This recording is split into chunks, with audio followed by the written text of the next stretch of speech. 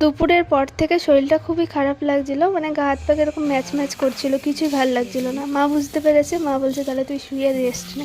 দেখো মা চোখ মুখ দেখে সব বুঝে যায়, তাই না? মারা এরকম। কিছুক্ষণ শুয়েছিলাম, তারপরে ভাল লাগছিল না, মনে হচ্ছিল যে মা একা একা কী করছে, আমি তো 3 দিন পর চলেই যাব, যাই একটু মার সঙ্গে মানে কথা টথা বলবো, একটু সময় কাটায় এর সঙ্গে। এবার যেরকম আমার 7 মাস পরে দেখা, প্রথম বিয়ের প্রথম বছর 6 মাস না কত, তারপরে 1 বছর পর মার কাছে এসেছিলাম, মানে সেরকম দেখা হয় না, ওই ফোনে যেটুকু কথা।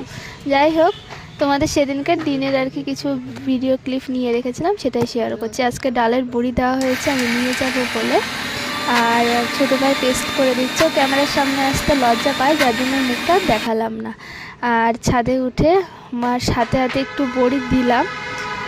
এর হাতে হাতে কাজকর্ম করতে আমার কিন্তু খুবই ভালো লাগে। তো বন্ধুরা, আজকে মিনি ব্লগটা এখানেই শেষ করছি। সবাই ভালো থেকো, সুস্থ থেকো, টাটা।